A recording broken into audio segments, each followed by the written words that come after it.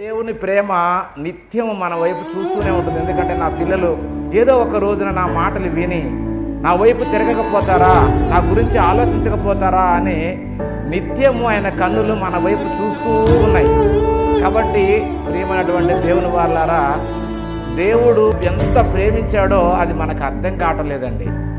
అంత ప్రేమ ఎవరు ఈ భూమి మీద చూపించలేరు మనుషులు.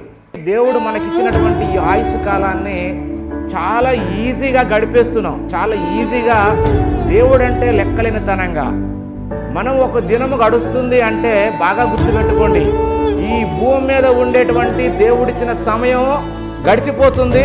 ఈ లోకం బతకడానికి దేవుడిచ్చినటువంటి ఆయుష్ కాలంలో ఒక దినం తరిగిపోతుంది.